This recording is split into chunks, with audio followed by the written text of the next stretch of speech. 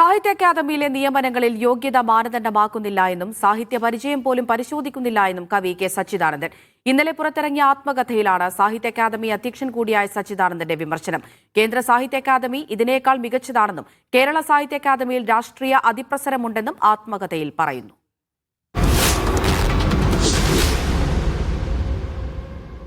കേന്ദ്ര സാഹിത്യ അക്കാദമിയിലെയും കേരള സാഹിത്യ അക്കാദമിയിലെയും നിയമന രീതികൾ താരതമ്യം ചെയ്താണ് സച്ചിദാനന്ദന്റെ വിമർശനം. കേരള സാഹിത്യ അക്കാദമിയിൽ സെക്രട്ടറിയാക്കുന്നത് മറ്റു ജോലികളിൽ നിന്ന് വിരമിച്ചവരെയാണ്. യോഗ്യത അളക്കുന്ന പരീക്ഷ പോയിട്ട് സാഹിത്യ പരിചയം പോലും പരിശോധിക്കുന്നില്ല. സർക്കാരിൽ പിടിയോ പാർട്ടിയിൽ അംഗത്വമോ ഉണ്ടായിരുന്നാൽ മതി. നേരിട്ട് ഇടപെടാതെ തന്നെ സാഹിത്യ അക്കാദമി നിയന്ത്രിക്കാൻ സർക്കാരിന് കഴിയുന്നുണ്ട്. കേന്ദ്ര സാഹിത്യ അക്കാദമി അപേക്ഷ ക്ഷണിച്ചും സാഹിത്യ പരിചയത്തിൽ ഇന്റർവ്യൂ നടത്തിയുമാണ് സെക്രട്ടറിയെ തെരഞ്ഞെടുക്കുന്നതെന്നും സച്ചിദാനന്ദൻ എഴുതുന്നു. കേരള സാഹിത്യ അക്കാദമിയുടെ അവാർഡ് ചടങ്ങുകളിൽ MP, MLA, ജില്ലാ പഞ്ചായത്ത് പ്രസിഡന്റ് എന്നിവരെ വിളിക്കേണ്ടി വരുന്നു.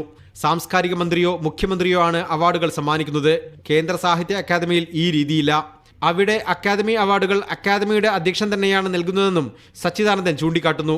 സാഹിത്യ അക്കാദമിയുടെ സമഗ്ര സംഭാവന പുരസ്കാരം 70 കഴിഞ്ഞ മറ്റു അവാർഡുകൾ ലഭിക്കാത്തവർക്കായി മാറ്റിവെച്ചിരിക്കുകയാണ്. ഫലത്തിൽ ഇതൊരു വയോജന സഹായമായി മാറിയെന്നും സച്ചിദാനന്ദൻ വിമർശിക്കുന്നു.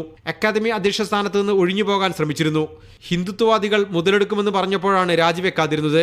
സ്ഥാനം നോക്കാതെ പറയാനുള്ളത് പറയുമെന്ന ഉറപ്പിലാണ് തുടർന്നതെന്നും 271 പേജുള്ള പുസ്തകത്തിൽ സച്ചിദാനന്ദൻ വെളിപ്പെടുത്തി. സച്ചിദാനന്ദന്റെ ജീവിതം പറയുന്ന അവിരാമം എന്ന പുസ്തകം ഇന്നലെയാണ് പ്രകാശനം ചെയ്തത്.